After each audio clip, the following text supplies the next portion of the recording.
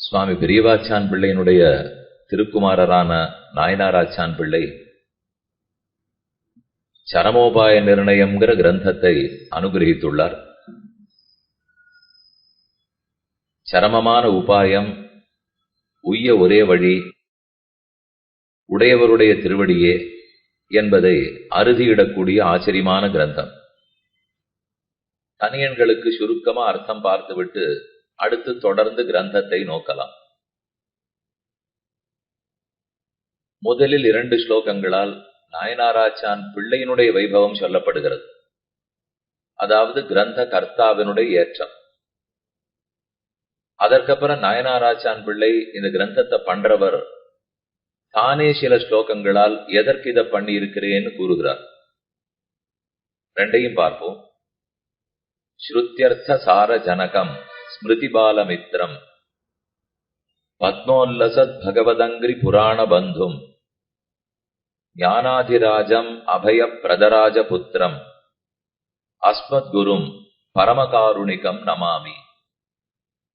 அஸ்மத் குரும் நமாமிங்கிறது நயனாராச்சான் பிள்ளையினுடைய சிஷ்யர் தன் ஆச்சாரியனை வணங்குகிறேன்னு சொல்லிக் கொள்ளுகிற ஸ்லோகம். அவர் யாராக இருக்கிறார்? அபயப்பிரத ராஜபுத்திரம். அபயப்பிரத ராஜர்னு பெரியவாச்சான் பிள்ளைக்கு பட்ட பெயர்.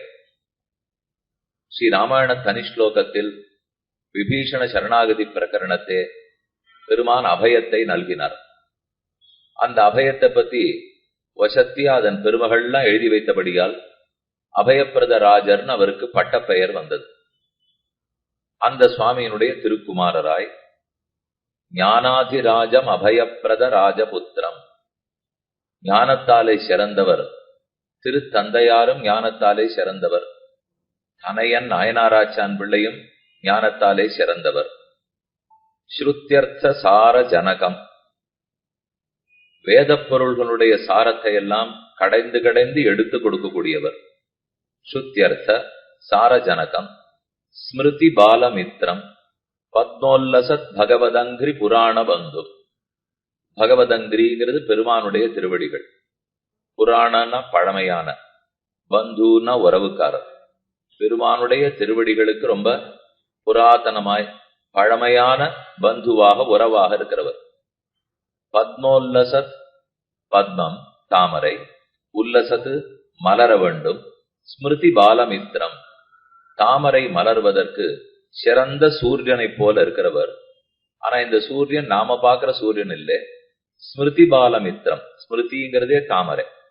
ஸ்மிருதிங்கிற தாமரைகள் எல்லாம், ஸ்மிருதிங்கிற தாமரையெல்லாம் மலர்வதற்கு சூரியனை போல இருந்த அந்த சுவாமி ஞானாதிராஜம் அபய பிரதராஜ புத்திரம் அஸ்மத் குரும் பரமகாருணிகம் நமாமி என்று சாதிக்கிறார். 2வது ஸ்லோகம். அபயப்பிரத பாத தேசிகோத்பவம் குரு மீடே நிஜம் ஆதரேண சாகம் ய இஹ அகில லோகன ஜீவன ஆதரஹ சரமோபாய நிர்ணயம் சகார. எல்லா உலகமும் உஜ்ஜீவனமடையணும். உலகம்னு சொன்னா லோகத்தில் இருப்பவர்கள் அர்த்தம். லோகத்தவர்கள் பலதரப்பட்டவர்கள்.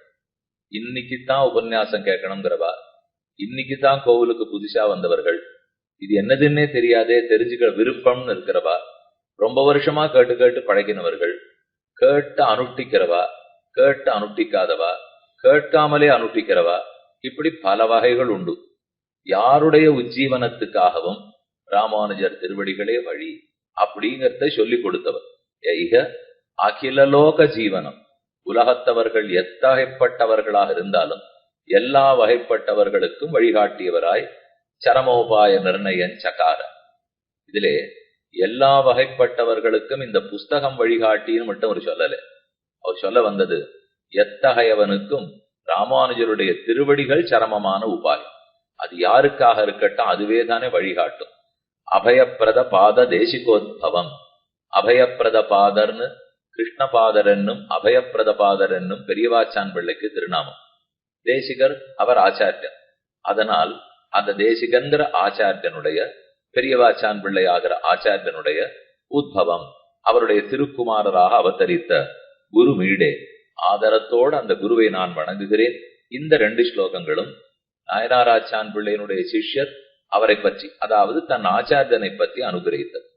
இனிமேல் இந்த பிரபந்தத்தினுடைய தொடக்கத்தில் நாயனாராச்சான் பிள்ளையே தானே சில ஸ்லோகங்களை பண்ணுகிறார்.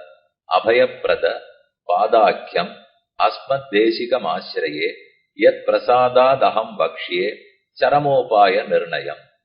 பெரியவாச்சான் பிள்ளையாகிற அடியனுடைய ஆச்சாரியனை வணங்குகிறேன். யாருடைய அனுகிரகத்தாலே? ராமானுஜர் திருவடிகளே சரமமான உபாயம் என்று சொல்ல வந்தேன். அந்த சுவாமி திருவடிகளை வணங்குகிறேங்கிறது முதல் ஸ்லோகம். அஸ்மது ஜனக காருண்ய சுதா சந்துக்ஷித ஆத்மவான் கரோமி சரமோபாய நிர்ணயம் மத்பிதா யதா. என்னுடைய தகப்பனாரும் தன் ஆச்சாரியன் உபகாரக ஆச்சாரியன் என்னும், ராமானுஜரே உத்தாரக ஆச்சாரியன் என்னும் தன் ரகசிய கிரந்தங்கள்ல சாதித்தார். அவர் எப்படி சொல்லி வைத்திருக்காரோ அதை போல அவர் காட்டிய வழியில் அடியேனும் சொல்ல முற்படுகிறேன். அஸ்மத் ஜனக காருண்ய சுதா சந்துக்ஷித ஆத்மவான். பெரியவாச்சான்களுடைய கருணையாகிற அமுதக் கடல், அதுல தோய்த்தெடுக்கப்பட்ட ஒரே பெருமைதான் அடியனுக்கு. அது கொண்டே இந்த பிரபந்தத்தை பண்ண வருகிறேன். அடுத்து அஸ்மது உத்தாரகம் வந்தே யதிராஜம் ஜெகத்குரும் யத் கிருபா பிரேரிதா குருமி சரமோபாய நிர்ணயம். அடியனுடைய உத்தாரக ஆச்சாரியனான சுவாமி எதிராஜரை வணங்குகிறேன். இதில் அடியனுடைய இருந்தாலும் ஸ்லோகத்தை சொல்ற எல்லாருக்கும் இது பொருந்தும்.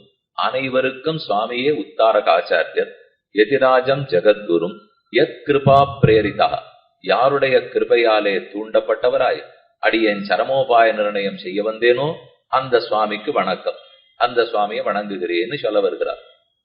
இதுல என்ன தோணும்? இவர் ராமானுஜரை சந்தித்திருப்பாரா? இவரோ பெரியவாச்சான்மனுடைய திருக்குமாரர். அவர் இதை எழுதியிருக்கார், காலத்தாலே பிற்பட்டவர்.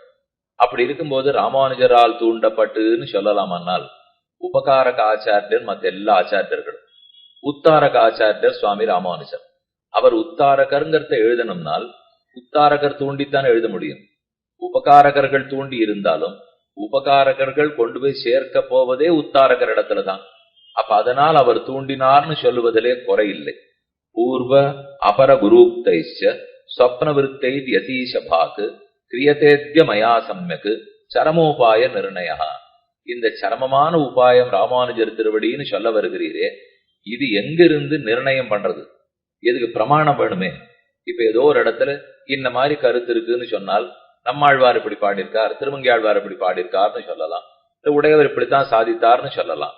ராமானுஜர் திருவடிகளே சரமமான உபாயம்னு சொல்லுகிறீரே என்று எங்கு காணப்படுகிறது அப்படின்னு இடமுண்டான்னு கேட்க அதுக்குத்தான் ஆகரம் சொல்றார். பூர்வ அபர குரூப்தைச்ச, ராமானுஜருக்கு முற்பட்டவர்களான ஆச்சாரியர்கள், அபர பிற்பட்டவர்களான ஆச்சாரியர்கள், இவர்களுடைய திருவாக்கின் மூலம் இதை சொல்ல வந்தேன். அப்ப முன்னால் இருக்கிற ஆச்சாரியர்களும் ராமானுஜர் தான் ஜெகத்குரு உத்தாரக ஆச்சாரியர்னு சொல்லியிருக்கார். பின்னால் இருக்கிற ஆச்சாரியர்களும் இவர் தான் உத்தாரக ஆச்சாரியர்னு சொல்லியிருக்கார். பின்னாடி இருக்கிறவா மட்டும் சொல்லியிருந்தால் சிஷ்யர்களுக்கு என்ன, ஆச்சாரியனை கொண்டாடி பேசிடுவார்கள்னு சொல்லிட்டு போடலாம். முன்னாடி இருக்கிறவா மட்டும் சொல்லியிருந்தால் நடக்குமா இல்லையான்னே தெரியாது, ஏனோ சொன்னார்கள், ஆசைப்பட்டபடிக்கு சொல்லியிருப்பா, நடந்ததா தெரியாதேன்னு சொல்லலாம். எப்ப முன்னாடி இருக்கிறவர்கள் சொன்னார்களோ அப்ப வரப்போவதை உணர்த்தினதுங்கிறது பெரிய குறிப்பு. எப்ப பின்னாடி இருக்கிறவா சொன்னாலோ அந்த குறிப்பு நடந்து விட்டதுங்கிறதுக்கு ஆமோதிப்பது. அதனாலதான் முன் பின் இரண்டும் இருந்தால் தான் அதன் பெருமை. பூர்வ அபர குரூப்தைச்ச சொப்ன விருத்தைஹி யதீஷபாத். இது அவரவர்கள் பேச்சு மட்டுமல்ல, அவர்கள் பார்த்த சொப்ன விருத்தாந்தத்திலிருந்து தெரிஞ்சுக்கலாம். அப்ப சொப்னம் பார்த்தால் நம்பலாமா? எனில் அந்த சொப்னத்தினுடைய அர்த்தம் வாழ்க்கையில நடக்கிற அளவுக்கு நிஷ்டை இருந்தால் நம்பலாம். இது கலியுகம். கண்டிப்பா சொப்னத்தினுடைய பலம் குறையும். அதை எவ்வளவு தூரம் நம்புறது தெரியாது. பள்ளி விழுந்த பலன்ல இருந்து சொப்பனத்தினுடைய பலன் வரைக்கும் சகுனங்கள், துஷகுனம், சுகசகுனங்கள், இது எல்லாமே உண்மை. இதுக்கு எல்லாத்துக்குமே சாஸ்திரமும் உள்ளது, அதை மறுக்க முடியாது. ஆனா அதனுடைய உண்மையை உணர்ற அளவுக்கு நம்ம கிட்ட நிஷ்டை இருக்கா, நம்ம கிட்ட யோகம் இருக்கா, தபஸ் இருக்கா, இருந்ததுன்னா அது நிச்சயமா உதவும். இப்போ ஒருத்தர் பாக்குறார், கண்களாலேயே நோக்கி கட்டாட்சித்து திருத்தி விடுவார், அடிக்கடி கேள்விப்பட்டிருக்கோம். ஆனா அது நடக்குமான்னு கேட்டால் ஒரு சிலரிடத்துல இருக்கலாமே தவிர நாள்பட நாள்பட கலியுகம் அதெல்லாம் நடக்க முடியாத பண்ணிவிடுறது. ஸ்ரீமத் பாகவத புராணத்திலே சுகாச்சாரியர் சொல்றார், கலின்னா என்ன ஆகும்? கங்கா நதி கிருத்தயுகத்திலும் இருந்தது, கலியுகத்திலையும் இருக்கு. ஸ்ரீரங்கம் கிருதயுகத்திலையும் இருந்தது, கலியுகத்திலையும் இருக்கு. எத்தனையோ கிருதயுகங்கிறாள் இல்லையோ. ஒரு திரேதாயுகத்துல ராமன் கொண்டு எழுந்துருள பண்ணிருக்கார், விபீஷணனுடைய பிரதிஷ்டைன்னு சொல்லியிருந்தா கூட அது எத்தனாவது சதுர்யுகத்துல வந்தாரு தெரியாது. திருக்கண்ணபுரம் சபரி பெருமாள் 64 சதுர்யுகம் கண்ட பெருமாள் அப்படின்னு எழுதியிருக்கா. ஸ்ரீரங்கத்துக்கு முன்னாடி ஆதி திருவள்ளரை புண்டரீகாட்ச பெருமாள் இன்னும் பழையவர்னு எழுதியிருக்கா. அப்ப இவர்கள்லாம் ரொம்ப வருஷமா இருந்துட்டு இருக்கா. அத்தனை நாளா இருக்காளேனால் இருக்கிறார்கள், அது வரைக்கும் தெரியுது அந்த சொப்னம். அப்ப அவர்கள் எல்லாம் இன்னைக்கு என்ன இல்லாத படுத்து, கங்கையும் இன்னைக்கு இருக்கு, கோவில்களும் இன்னைக்கு இருக்கின்றன, புஸ்தகங்கள் இதே விஷ்ணு புராணமோ பாகவத புராணமோ ரொம்ப நாளா இருக்கு. இத்தனை இருக்கிறச்சே கலியுகம் கொடுமை கொடுமைங்கிறோமே, கிருத்தத்துக்கும் கலிக்கும் வித்தியாசமே தெரியலையே. அப்பவும் இதெல்லாம் இருந்தது, இப்பவும் இதெல்லாம் இருந்ததுனால் அதுல இருக்கிற சாரம் போயிடும்னு அவர் எழுதி வைத்தார். அப்படின்னால் பாராயணம் எல்லாம் நடக்கும், ஆனா அந்த பாராயணம் எதுக்காக பண்றானோ அதை விட்டு கொடுத்துருவாங்கிறார். ஹோமம் எல்லாம் நடக்கும், ஆனா அந்த ஹோமத்துக்கு என்ன நிஷ்டை இருந்திருக்கணுமோ ஆச்சாரம் இருந்திருக்கணுமோ அது இருக்காதுங்கிறார். இப்பவும் சுதர்சன சக்கரம் பண்ணுவா, ஆனா அதை என்ன நினைச்சிருந்து எவ்வளவு ஜபம் பண்ணிட்டு பண்ணமோ அதை பண்ண மாட்டாங்கிறார். அப்படின்னா என்ன, பழங்கள்ல பழமா கிடைக்கிறது இன்னும் நிறையவே இப்ப கிடைக்கிறது. இப்பதான் பழமெல்லாம் நிறைய சாப்பிட ஆரம்பிச்சிருக்கோம். இவ்வளவு பணம் கொடுத்து வாங்குறதுக்கு அப்ப பண வசதியே கிடையாது. இப்ப எல்லாரும் பேரிச்சம்பழம் சாப்பிடுறா, எல்லாருமே திராட்சை பழம் சாப்பிடுறோம். மாதுளம்பழம் ரொம்ப நல்லது, ஹிருதயத்துக்கு நல்லது, நித்தியம் சாப்பிடுங்கிறா. அவ நன்னா வாங்குறோம், 20, 50, 40 கொடுத்து வாங்குறோமேனால். ஆனா அந்த பழத்துல இருக்கிற சாரம் போயிடும், பழம் இருக்காது. பழச்சாறு கூட கிடைக்கும். அடிய சாரம்னு சொல்றது பிழிஞ்சா சாறு வருதே அதை சொல்லல, அந்த பழத்துக்குன்னு ஒரு சாரம் இருக்கணும் இல்லையோ, அதுதானே அந்த பழத்தை செய்யும். தண்ணீருக்கு எது சாரம்? ரசோகமப்சு கவுந்தேயன்னு கண்ணன் கீதையில சாதிக்கிறார். தண்ணீரில் நான் ரசமாக இருக்கிறேன்னு. தண்ணீருக்கு ரசமே கிடையாதுங்கிறது விஞ்ஞானம். எடுக்கிறச்சே பாடுங்க, அறிவியல் பாடம் ஆரம்பிக்கிறச்சேவே அதுக்கு வண்ணம் கிடையாது, அதுக்கு ரசம் கிடையாது, இப்படிதான் படிப்பே சொல்லிக் கொடுக்க ஆரம்பிப்பா. ஆனா எடுக்கிறச்சே கண்ணன் சொல்றது தண்ணீர்ல இருக்கிற ரசமா இருக்கேங்கிறார். அப்படி ஒருவேளை ரசம் இல்லைன்னால், நான் வைகை ஆத்தங்கரையில இருந்தவன் அதை விட்டுட்டே வரமாட்டேன்னு ஒருத்தர் சொல்லுவாரா? அது என்ன இருந்தாலும் சிறுவாணி ஜலமாட்டம் வராது சுவாமி, அதை விட்டுட்டு வரமாட்டேன்னு ஒருத்தர் சொல்லணும்னா வித்தியாசம் இருக்கு. தாமிரபரணிக்காரா அதை விட்டுட்டு வரமாட்டா, காவேரி கரையில இருந்தவா அதை விட்டுட்டு வரமாட்டா. எல்லாத்தையும் விட்டோம் நகரத்துல போய் சேர்ந்தோங்கிறது வேறு சரித்திரம். அது நடக்க கூடாது, நடந்து போச்சு. அந்தந்த பெருமாள் மட்டும்தான் இப்ப அந்தந்த நதி கரையில இருக்கார். அவரை தவிர மத்த எல்லாருமே இடத்தை விட்டு மாத்தின்னு வந்துட்டோம். அப்ப அதெல்லாம் சொல்றோம்னால் ரசமே இல்லாமலா ஒருத்தர் அந்த மாதிரி சொல்லிட்டு இருக்க முடியும்? ரசம் இருக்கு. அப்ப தண்ணீருக்கு ரசம்னா நீங்க எதை சொல்லுவீள்? அதனுடைய சுவைன்னு சொல்லிவிடும் இல்லையோ. நமக்கு தாகம் எடுத்ததுனால் தாகத்தை போக்கக்கூடிய ஒரு சக்தி இருக்கு பாருங்க, அதுதான் தண்ணீருக்கு இருக்கிற ரசம். அது வைகைக்கும் உண்டு, காவேரிக்கும் உண்டு, எதுக்கும் உண்டு. ஒண்ணு இல்ல, வாசல்ல போய் ஜலம் வாங்கி சாப்பிட்டா கூட அதுக்கு உண்டு. ஆனா அந்த ரசம் உள்ள போனா சரியா செய்யறதானால் அது செய்யாது. யாருக்கு செய்யும்? கண்ணன் தண்ணீரில் ரசமாக இருக்கிறான்னு புரிஞ்சின்றவனுக்கு தான் அது செய்யும். அப்ப இத போல ஒவ்வொன்றிலையா ரசம் போயிடும். எல்லா கோவில்கள்லயும் ஆள் இருப்பா, ஆனா கோவில் எதற்கு ஏற்படுத்தப்பட்டவோ அது நடக்காது. கோவில் செய்யப்பட்டது யார வேணா ஈர்க்கணுங்கிறதுக்காகத்தான் பெருமாள் அழகா சேவை சாதிக்கிறார். சௌந்தரராஜ பெருமாளா இருக்கார், செல்ல பிள்ளையா இருக்கார், சௌரிராஜனா இருக்கார், ராஜகோபாலனா இருக்கார். இத்தனை அழகு எதற்குனால் எதுக்குமே ஈடுபடாதவனை இழுத்து ஈடுபடுத்துறதுக்காக. சாஸ்திரத்தாலும் திருத்த ஒண்ணாதே, உபதேசத்தாலும் திருத்த ஒண்ணாதே, தானாகவும் திருந்தாமல் எங்கேயோ சுத்தின்னு இருக்க முடியல, இவனை எப்படி திருத்த? அதுக்குதான் ஈர்ப்பு சக்தியோட அழகோட இருக்கார். அப்ப அதை சொல்லணும், எல்லாருக்கும் ஆகர்ஷிக்கிறார்ங்கிறத சொல்லி கூட்டின்னு வரணும். வந்தால் பகவத் சேஷபூதன் ஜீவாத்மா இதை சொல்லணும். பெருமானுக்கு ஜீவாத்மா அடிமைன்னு சொல்றதுக்கு தான் கோவில் இருக்கு. இந்தா எல்லாரும் வாங்கோ கைங்கரியம் பண்ணுங்கோன்னு சொல்றதுக்கு தான் கோவில் இருக்கு. ரெண்டு வேணுமே. சேஷத்துவ ஞானம் பெறணும், சேஷத்துவத்துக்கு இருந்த விருத்தி கைங்கரியம் இருக்க வேண்டும். ஞானம் வர்றதுக்கும் கோவிலுக்கு தான் போகணும், கைங்கரியம் பண்ணணும்னாலும் கோவிலுக்கு தான் போகணும்.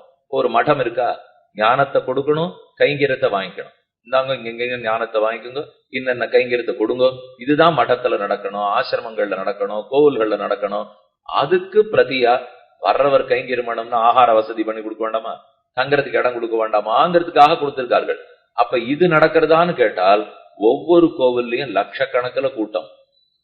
ஆனால் இப்படி சொன்ன சாரம் நடக்கிறதோ, இதத்தான் சாரம் எடுத்துன்னு பாகவதத்துல சுத்தரி சொல்லிட்டே இருக்கார். நதி இருக்கும், நதியினுடைய சாரம் போயிடும். பழம் இருக்கும், பழத்தினுடைய சாரம் போயிடும். ஆனா கிருதயுகத்துல சாரம் இருந்திருக்கும். இப்ப இந்த சுவாமி சாதிக்கிறதே அத்தை குரு பூர்வ அபர குருக்தைச்ச ஸ்வப்ன விருத்தை யதீஷபாத். இப்ப ஏன் நம்மால அந்த சொப்ன விற்த்தாந்தத்தெல்லாம் நம்ப முடியலன்னால் சாரத்தை இழந்துட்டோம் இல்லையோ. நம்ம கிட்டே இருக்கிற சாரம் போயிடுத்து. அதனால சொப்னம் வந்தா கூட இப்ப நம்ப முடியல. ஆனா அந்த காலத்துல அப்படி இல்லை. பூர்வ குருக்களோ அபர குருக்களோ அனைவரும் நியமத்தோடும் நிஷ்டையோடும் ஆச்சாரிய பக்தியோடு இருந்ததுனாலே வந்த சொப்பனமெல்லாம் உண்மை. சொப்ன விற்த்தாந்தத்தை பத்தி ஸ்ரீபாஷ்யத்திலும் முன்னே பிரம்மசூத்திரத்திலும் வேதவியாசரை ரொம்ப நன்னா விசாரித்து அத்தனை உண்மைங்கிறார்.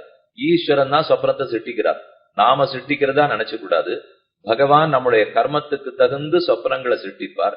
அதை பாக்கறச்சேவும் நமக்கு புண்ணியமும் தொலையும் பாபமும் தொலையும். அப்ப அதெல்லாம் ஓரளவு நமக்கு சூச்சனம் பண்ணும், இப்படித்தான் நடக்க போகிறது.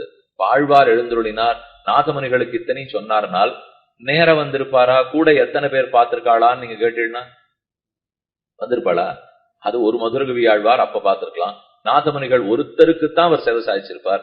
ஒருத்தரே ஒருத்தருக்கு பண்ணா எப்படி நம்புவோம்?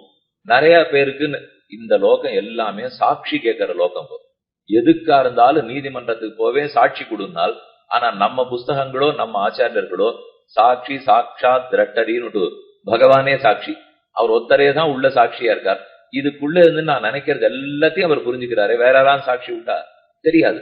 நீதிமன்றம்னா சாட்சியை கொடுக்கலாம், ஆனா இங்க கொடுக்கவும் முடியாது. அதனால சொப்ன விருத்தாந்தமோ ஆச்சாரியர்களுடைய ஸ்ரீசூக்திகளோ நிர்ணயம் பண்றதுக்கு ரொம்ப பலம் சேர்க்கின்றான். அததான் இவர் சொல்லியிருக்கார், கிரியதேத்யமயா சம்யக் சரமோபாய நிர்ணயா. நான் இந்த சரமோபாய நிர்ணயத்தை இதன் அடிப்படையில் செய்கிறேன் அப்படிங்கிறத பார்த்தோம். கடந்த காலக்ஷேபத்தினுடைய கடைசியில் பார்க்கும்போது ராமானுஜர் 4வது யுகத்தில் ஆதிசேஷனுடைய அவதாரம்ங்கிறத அவரே வெளியிட்டார்ங்கிறத தான் பார்த்தோம். கலௌ கஷ்டித் பவிஷ்யதி என்றதற்கு நாமே விஷயம். ஒரு ஸ்லோகத்தை சொல்லிட்டு சுவாமி நிறுத்திட்டார். அனந்த பிரதமம் ரூபம், திருவனந்தாழ்வான் கிருதயுகத்தில் தான் இருக்கிறார். 2வது லக்ஷ்மணஸ்து ததப்பரம், ஆதிசேஷனே திரேதாயுகத்தில் லக்ஷ்மண சுவாமியாக அவதரித்தார். பலபத்ரஸ் திருத்தீயஸ்து, அதே ஆதிசேஷன் 3வது யுகத்தில் பலராமனாக அவதரித்தார். கலௌ கஷ்டித் பவிஷ்யதி, கலியுகத்தில் அவர் யாராக பிறப்பார்? இந்த ஸ்லோகத்தை ராமானுஜர் சொல்லிட்டு அப்படியே மற்ற விஷயங்களை காலட்சேபம் பண்ணிட்டு புறப்பட்டுட்டார். பல பேரும் கேட்டு முடிச்சவா ஆயிடுத்து போட்டிருக்கு. அப்ப ராமானுஜரும் யாராக பிறக்க போகிறார்னு கேட்டு விட்டுட்டார்னு நினைச்சு எழுந்து போயிட்டார். ஆனா அந்தரங்கர்களா இருக்கிறவர்களுக்கு திருப்தி வரல. அன்று ராத்திரி காலத்தில் முதலியாண்டான், எம்பார், திருநாராயணபுரத்தரையர், மாருதியாண்டான், புக்கலம்மாள் இவர்கள் ஐவர்களும் உடையவர் திருவடிகளிலே தண்டம் சமர்ப்பித்து, தேவரீர் அடியோங்களுக்கு அவ்வர்த்தத்தை அருளி செய்ய வேண்டும். சட்டுன்னு அவ்வர்த்தத்தை அருளி செய்ய வேண்டும்னால் எவ்வர்த்தத்தைன்னு கேட்கணும் இல்லையோ. அவர் தான் கார்த்தால சொல்லிட்டு விட்டு வச்சிருக்காரு. அதைத்தான் இவர்கள் கேட்கிறார்கள்ங்கிறது தெரியறது. அந்தரங்கர்களா வந்து கேட்கிறவாளுக்கு சொல்லுவோம்னு அவர் காத்துட்டு இருந்திருக்கார். கலௌ கஷ்டித் பவிஷ்யத்தின்னு சுவாமி சாதித்ததே, அந்த கஷ்டித்துன்னு சொல்றது யார்? 4வது யுகத்தில் 4வது புருஷனாய் யார் அவதரித்திருப்பார்னு கேட்க அப்ப சுவாமி சாதிக்கிறார், நாமே விஷயம். அந்த 4வதாய் ஆதிசேஷன் அவதாரமாய் நாமே பிறந்தோம். நம் பிறவி சர்வ உத்தாரகமாக பிறந்த பிறவியாய் இருக்கும். அனைவரையும் இந்த சம்சாரத்திலிருந்து மேலே தூக்கி வைகுந்தத்தில் கொண்டு போய் சேர்க்க வைக்கிறதுக்காக எடுத்த பிறவியாய் இருக்கும்.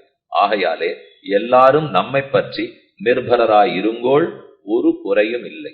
நம் திருவடிகளையே பற்றுங்கோள், நிர்பரராய் நிர்பயராய் இருங்கோள். பயமும் உங்களுக்கு வேண்டாம், பாரமும் உங்களுக்கு வேண்டாம்.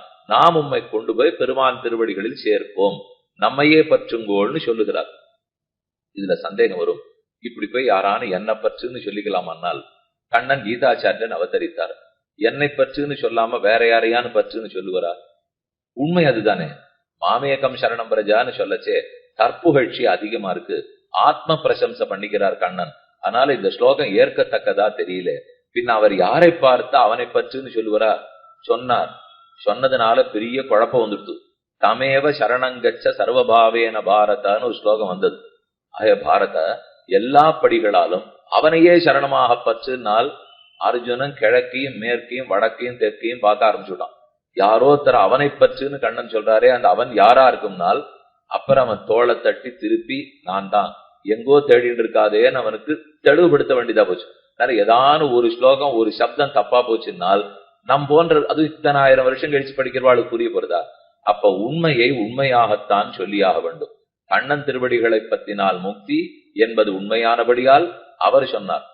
ராமானுஜர் திருவடியை பற்றினாத்தான், அதை உபாயமா கொண்டாத்தான் மோட்சம்ங்கிறது உண்மையானபடியால் ராமானுஜர் சொல்லுகிறார்.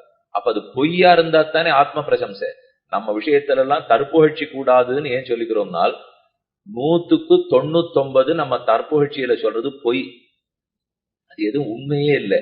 உண்மையா இருந்ததுன்னா தற்புகழ்ச்சின்னு ஒருத்தரும் சொல்லிக்க மாட்டாளே. என்ன ஒண்ணு, காலம் ரொம்ப கெட்டு போயிட்டதுனாலே உண்மைய கூட சொல்ல முடியாத நேரமா போயிடுது. யாரையுமே சொல்றதுனால் இதுதான் உண்மைன்னா கூட சொல்ல வெளியில சொல்ல முடியாது. சொன்னா இது தப்பு அது தப்புன்னு வா. ஆனா அந்த காலம் 1000 ஆண்டுகளுக்கு முன்னால் இது உண்மையும் கூட. அப்ப ராமானுஜர் தன் திருவடிகளை பற்றினால் அதுவே உஜ்ஜீவனத்துக்கு உபாயம்னு அவர் வெளியிட்டார்.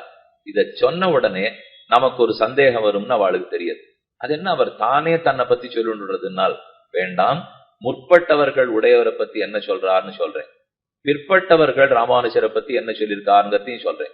இந்த ரெண்டுத்தோடையும் கோத்து தான் தன்னை பத்தி என்ன சொல்லிண்டாருன்னு அப்புறம் உண்மையா இல்லையா சொல்லுங்க. அவர் மட்டும் சொல்லியிருந்தா தானே தப்பு.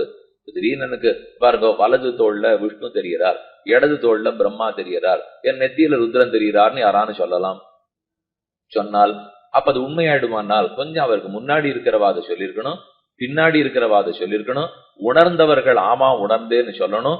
எல்லாம் சேர்த்தாத்தான் இதை நம்ப முடியுமே தவிர ஒத்தரே சொன்னாருங்கிறதுக்காக நம்பலாமா? இந்திரனும் சொன்னார். ரிஷிகள் எல்லாம் போய் யாரை பற்ற வேணும்னு கேட்கிறார். மாம் உபாஸ்வர், என்னையே உபாசிப்பாய். ரிஷிகளுக்கு சந்தேகம் வந்துடுது, இப்படி சாத்திரம் சொல்லவே இல்லை, நீர் ஏது உம்மை உபாசிக்கணும்னு கேட்கிறீரேன்னு திரும்ப கேட்டுட்டா. அதை போல் உடையவரை ஒருத்தரும் திரும்ப கேட்கவே இல்லையே, ஏன்னா இது உண்மையாயிற்றே. அதுக்கப்புறம் இந்திரன் அவர்களுக்கு விளக்கம் சொல்றார். நான் பகவானுக்கு சரீரமா இருக்கேன், அவர் எனக்கு அந்தராத்மாவா இருக்கார், அதனால என்னை பற்றுன்னு சொன்னால் என் மூலம் அந்தராத்மாவான ஸ்ரீமன் நாராயணனை பற்றுன்னு அர்த்தம்னு சொன்னார். அப்ப அந்த அர்த்தம் யாருக்கு வேணா வச்சுக்கலாம் இல்லையோ, அது உடையவருக்கும் உண்மை. ஆனா இந்த இடத்துல ராமானுஜர் திருவடியை சரணமாக பற்றி அவருக்கு அந்தராத்மாவாக இருக்கிற ஸ்ரீமன் நாராயணனை பற்றுகிறோம்னு அர்த்தம் இல்லை, உடையவரையே தான் உபாயமாக பற்றுகிறோம். இந்திரன் சொன்னதுக்கு அது அர்த்தம். ஏன்னா இந்திரன்கிறது பதவி, ராமானுஜர்ங்கிறது பதவி அல்ல. பிரம்மாங்கிறது பதவி, இந்திரன்கிறது பதவி, வருணன் பதவி, வேதவியாசர் பதவி, இது ஒன்னொண்ணுமே பதவி. ஆனா ராமானுஜர் பதவியானால் வியக்தி. சுவாமி ராமானுஜர்ங்கிறவர் ஒரு அதிகாரி. அதிகாரி ஆதிசேஷன் தன் சக்தியோட கீழே இறங்கி வந்திருக்கார். அப்ப பதவியா இருந்ததுன்னு வச்சுங்க, இப்பவும் அவரை அந்தராத்மா பரமாத்மான்னு அர்த்தம் சொல்லி ஆகணும். ஏன்னா யாராவனா அந்த பதவிக்கு வருவாள் இல்லையோ. ஆனா ராமானுஜர் பதவிக்கு வரவில்லை, பெருமானாலே ஏற்படுத்தப்பட்ட அனுப்பப்பட்டவர். இன்னத்தை நீ செஞ்சுட்டு வாங்கிறதுக்காக. இப்ப யாரும் பகவான் பார்த்து இந்தாரும் அடுத்த பிறவியில நீர் இந்திரனாரும்லாம் அவர் அமைச்சு வைக்க மாட்டார். நாம என்ன தபசு பண்றோமோ அதுக்கு தகுந்த மாதிரி உலகத்தினுடைய சட்ட திட்டப்படி தங்களுக்கா கிடைச்சிடும். சட்ட சபைக்கு போறா பாருங்க, அங்க 2 வகை உண்டு. ஒண்ணு மக்களால தேர்ந்தெடுத்து போய் உட்கார்ந்து இருக்கிறவா, அது ஒரு வகை. இன்னொரு வகை இருக்கு, இவா தேர்ந்தெடுத்து காட்டா கூட மத்திய சர்க்கார் அரசாங்கத்திலே இந்தாங்க நீங்க 4 பேர் உட்கார்ந்துக்கலாம்னுவா. அது உண்டா கிடையாதா, ஒரே வம்பு நடக்கும். அந்த மாதிரி அவள்லாம் உள்ள வரலாமா வேண்டாமா உட்கார்ந்துக்கலாமா, ஆனா உண்டோ இல்லையோ. அப்ப நாமா போறது இருக்கு, அவரா அனுப்பிச்சு வைக்கிறது இருக்கு. அவரா அனுப்பின ஒரு தனி உரிமைகள்லாம் இருக்கும், ஒண்ணு கட்டமே பட வேண்டாமே. அத போல கேள்வி கூட இல்லாதபடிக்குத்தான் ஆதிசேஷனை பெருமான் அனுப்பி வைத்தார். அதைத்தானே ராமானுஜர் வெளியிட்டுட்டார். அவர் சொன்னது போராதுன்னுட்டு அந்தந்த திவதேச தெம்பெருமான்கள்லாம் சொன்னதை சாதிக்கிறார். கையில கிரந்தம் இருக்கிறவா நீங்க வாசிச்சீர்னாலே அவ்வளவு எளிமையா புரியும். இது ஒண்ணு இப்போ காலக்ஷேபத்துல பெருசா விளக்கறதுக்குன்னு அதுல இல்லை. ஏன் இல்லை, கட்டமா இருக்க வேண்டாமன்னால் உடையவர் எளியவர், அவரை பத்தின விஷயமும் எளியது. அது கட்டமாவே இருந்ததுன்னா அப்ப வேதாந்தி மட்டும்தான் அவரை பற்றுவான். நான் நீங்களும் எங்க போக, சுவாமி வேணா போகலாம், நம்ம எல்லாம் போக முடியுமா? அதனால நமக்குன்னு வேணும்னா புத்தகத்துல இருக்கிறத அப்படியே வாசிச்சு இந்தாரும் இதுதான் திருவடி பற்றும்னு சொன்னால் அது வரைக்கும் தான் ஏழை எளியவர்களுக்கு புரியும். அதிகாரம் உண்டேல் அரங்கர் இறங்காரோ, அதிகாரம் இல்லாதார் கண்ணோ எதிராசா நீ இறங்க வேண்டுவது. எல்லாம் கர்ம ஞானம் பக்தியோகம் இருந்திருந்தால் திருவரங்கநாதனே கொடுத்துட்டு போறார், பெரிய பெருமாள் கொடுப்பார். அது இல்லாதவர்களுக்குத்தானே சுவாமியை பிரார்த்திக்கிறோம். ஆனா இல்லாதவர்கள் தான் உடையவரிடத்தில் வருவாளா? இருக்கிறவர்கள் எல்லாம் பெருமாள்கிட்டே போயிடுவாளானால் போக மாட்டா. அங்க சந்தேகம் வரும் இல்லையோ. அப்ப ஒண்ணும் இல்லாதவர்கள்னா உடையவரிடத்துல வருவா போல் இருக்கு. ஞான பக்தி வைராக்கியங்கள் இருக்கிறவா நேர பெருமாள்கிட்ட போயிடுவாளானால் போக மாட்டா. அவர்கள் ஞானத்தை வச்சுன்னு என்ன தெரிஞ்சுக்கிறா, அதென்ன இருக்கிறவருக்கு மட்டும் செய்கிற இவர்கிட்ட நாம் போறது, இந்த எண்ணம் வந்துடுமே. இருக்கிறவருக்கு மட்டும்தான் பெருமாள் பண்றார், எல்லாருக்கும் உடையவர் பண்றார். நான் யாரோ அதிகிருதாதிகாரமா பண்ற பெருமாள்கிட்ட எனக்கு விருப்பம் இல்லை, சர்வாதிகாரமா வச்சிருக்கிற உடையவரிடத்துலதான் விருப்பம் என்று நல்ல ஞானியும் மனம் நெகிழ்ந்து போய் வந்து விடுகிறான். இயலாமையால வந்துடுறான்னு சொல்றதில்லை, மன நெகிழ்ச்சியால் வருகிறான். மேலும் பெருமானே சொல்றார், நேர இனிமே என்னிடத்தில் யாருமே வர வேண்டாம், நீங்கள் ஆறாக இருந்தாலும் அவரிடத்துல போங்க, கொஞ்சம் ஓய்வெடுக்கணும்னு பெருமாளுக்கு ஆசை வந்துடுத்து. ஒரு எல்லாரும் தொந்தரவு பண்ணி திரேதாயுகம் வரைக்கும் துவாபரம் வரைக்கும் நாமே மோட்சம் கொடுத்துட்டோம், இனிமே அது சரியா கொடுத்தமான்னு வேற தெரியல, அதனால பார்த்து யார் ஒழுங்கா செய்வரோ அவரே செஞ்சுக்கிட்டோம்னு விட்டுருக்கணும். வாசிக்கிறேன், உடையவர் தாம் அவதார விசேஷம் என்னும் இடத்தை பலரும் வெளியிட்டார்களே. இது ஒருத்தரது அல்ல, சாமானியனும் வெளியிட்டிருக்கார், மெத்த படித்தவனும் வெளியிடுகிறான், ராமானுஜரே வெளியிடுகிறார், பகவானும் வெளியிடுறார், ராமானுஜருக்கு ஆச்சாரியர்களா இருந்தவர்களும் வெளியிடுறார். ஒருத்தர் இடத்துல அடியன் வாசிக்கிறேன்னு வச்சுக்கோ, அவர் அடியனை ஒத்துக்கணும். நான் அவர் ஆச்சாரியன்னு சொல்லியிருந்தா மட்டும் போறாது, அவர் என்ன சிஷ்யன் ஒத்துக்கணுமே. ஒத்துண்டா தான் அவர் விருப்பப்படி நான் இருந்திருக்கேன்னு அர்த்தம். இன்னொன்னு, ஆச்சாரியனாரு எங்க காலக்ஷேபம் பண்ணேன்னு கேட்டால் இருக்கிற சுவாமியை கை காட்டினா போய் கேட்டு வரலாம். இல்லாத சுவாமி பரமதம் போயிட்டாருனால் அவரை போய் இவர் தான் எனக்கு ஆச்சாரியன் அவரிடத்துல எல்லாம் கேட்டேன்னால் அப்ப அந்த சமயத்துல இருக்கிறச்சே அவர் ஒத்துண்டு இருக்கணும். அது எல்லாரும் பரமதம் போத்தான் போவா. அப்ப அந்த சமயத்துல ஆமா இவர் இன்னார் இடத்துல கேட்டார்னு ஒத்துக்கணும் இல்லையா. அத போல இங்க எத்தனை பெருமான்கள், திவ்யதேசத்தின் பெருமான்கள் மற்றும் உண்டான ஆச்சாரியர்கள்லாம் வெளியிடுறார். ஒரு ஆழ்வார் தான் இது மொத்தத்துக்குமே வித்திட்டாருங்கிறதே நம்மாழ்வார் பார்த்து அதை கோடி காட்ட அந்த குறிப்பால் உணர்த்தப்பட்டு தான் உடையவர் அவதரித்தார். பவிஷ்யதாச்சாரிய விக்கிரகத்தையே சுவாமி தான் எழுந்துருளை பண்ணி கொடுத்தார். அது இன்னும் திருக்கோட்டியூர் நம்பி திருமாளிகை அளவுக்கு அந்த விக்கிரகம் வந்தது. எல்லா சரித்திரமே போன தரம் பார்த்துட்டோம். இப்ப சொல்றார், எங்கனே எண்ணில் அழகர் சன்னதியிலே திருமாலிருஞ்சோலமலையில் சுந்தரத்தோளுடையான் அழகன் அவனுடைய சன்னதியில் திரு அத்தியனம் நடவான் இருக்க உற்சவம் நடந்துருக்கு. ஒரு நாள் திருவோலக்கத்திலே நம்மை ராமானுஜமுடையாருக்கு அருளப்பாடு என்று திருவுள்ளமாய் அருள. இன்னைக்கு ஸ்ரீரங்கத்துல அருளப்பாடு நம்மி ராமானுஜமுடையார்னு தான் சொல்லுவார்கள். அப்படித்தான் அருளப்பாடு. ராமானுஜ சம்பந்திகள் எல்லாரும் வாருங்கோள், வந்து மரியாதை பெற்றுக் கொள்ளுங்கோள்ங்கிறதுக்கு அருளப்பாடு சாதிக்க திருவுள்ளமாய் அருள நாயிந்தே என்று முதலிகள் எல்லாம் எழுந்திருந்து அழகர் திருவடிகளுக்கு ஆசன்னமாக எழுந்துருட. நாயிந்தே நாயிந்தேன்னு சொன்னா இதோ வருகிறேன் அப்படின்னு சொல்லிக்கொண்டு கிட்டக்க போய் தீர்த்தம் ஸ்ரீஷடகோபன் புஷ்ப மாலை எது உண்டோ அதை பெற்றுன்னு திரும்பி வந்துருவா அவாவா அதிகாரம் படி. அதனால எல்லாரும் கிட்டக்க வரார்கள். பெரிய நம்பி வழியிலே சிலர் எழுந்திருந்து வராமல் இருக்க, ஆனா பெரிய நம்பி திருவம்சத்தை சேர்ந்தவர்கள் சில பேர் கூட்டத்துக்கு வராமல் இருக்க நாம் அழைக்க நீங்கள் வராமல் இருப்பாரன்.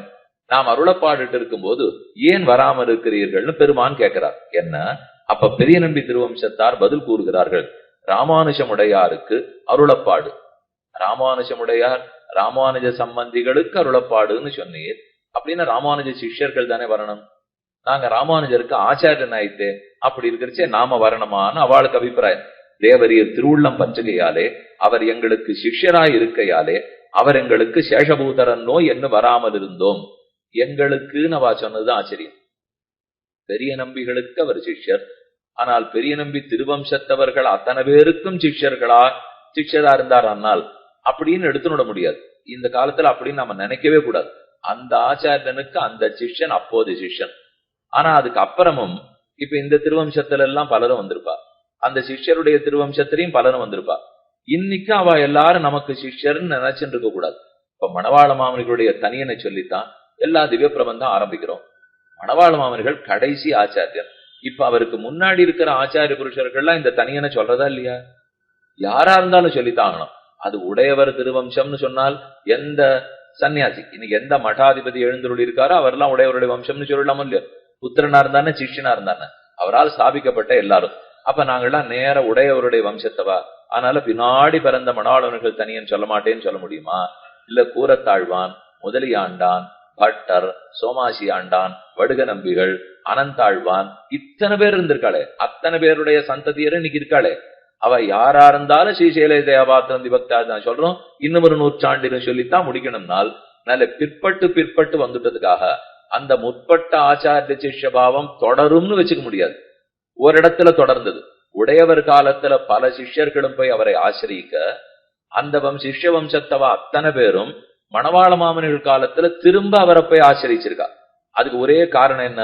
யதி புனரவதாரம் ஆனபடியால் அந்த ராமானுஜரே திரும்ப அவதரிச்சாரோ இல்லையோ மணவாள மாமனிகளா, அதனால அவருடைய சிஷ்யர்கள் எல்லாம் திரும்ப போய் ஆசிரிச்சிருக்கா.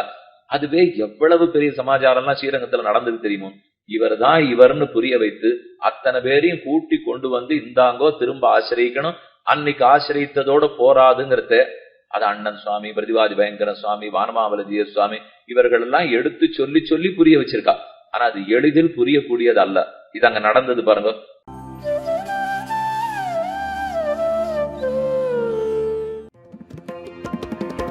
यतिराज यतिराज यतिराज जय हो, यतिराज यतिराज रामानुज जय हो, रामानुज जय